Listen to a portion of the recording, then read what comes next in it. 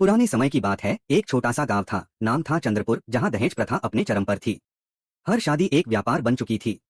दूल्हे के पिता मंडप में बैठकर ऐसे मोलभाव करते जैसे बेटी कोई चीज हो। इसी गांव में रहती थी कावेरी, जिसकी सुंदरता के चर्चे दूर दूर तक थे। लेकिन उसके पिता गरीब थे, दहेज देने लायक पैसा नहीं था। एक दिन गांव के सबसे अमीर आदमी ठाकुर वीर सिंह ने अपने बेटे ध्रुव के लिए कावेरी का रिश्ता भेजा। पर ठाकुर साहब ने सीधा कह दिया, हमारे घर की बहू बनेगी तो 50 तोला सोना और 5 एकड़ जमीन चाहिए। कावेरी के पिता ने हाथ जोड़ते हुए कहा, ठाकुर साहब, हम गरीब लोग हैं, इतना कुछ नहीं दे सकते। ठाकुर ठहाका मारकर बोले, तो फिर अपनी बेटी को घर पर ही रखो। हमारा बेटा तो राजा का राजकुमार है। कावेरी ने यह सब सुना।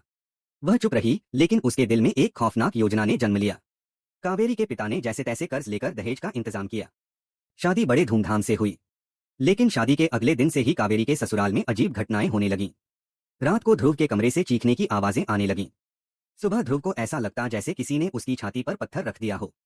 ठाकुर का पूरा परिवार डर के साये में जीने लगा। एक रात ठाकुर वीर सिंह ने अपने आंगन में एक छाया देखी।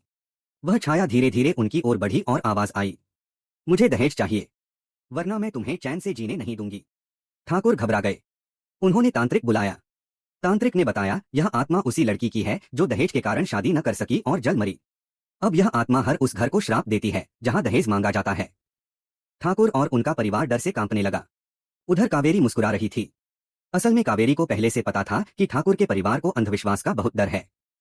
उसने अपनी सहेली पुष्पा और गांव के बुजुर्ग हरिया बाबा की मदद से यह सब प्लान बनाया था।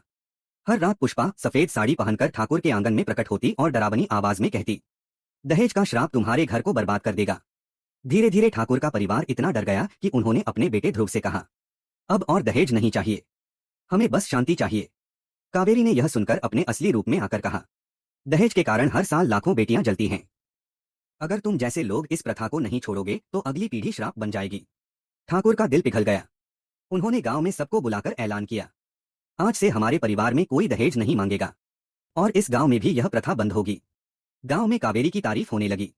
लोग कहने लगे, जिसने ठाकुर जैसे आदमी को बदल दिया वह सच में देवी है। ठाकुर का परिवार भी बदल चुका था। कावेरी और ध्रुव की शादी अब सच में खुशहाल हो गई। दहेज एक ऐसा भूत है जो परिवार को अंदर से खा जाता है। इसे खत्म करना ही हर समाज की जिम्मेदारी है।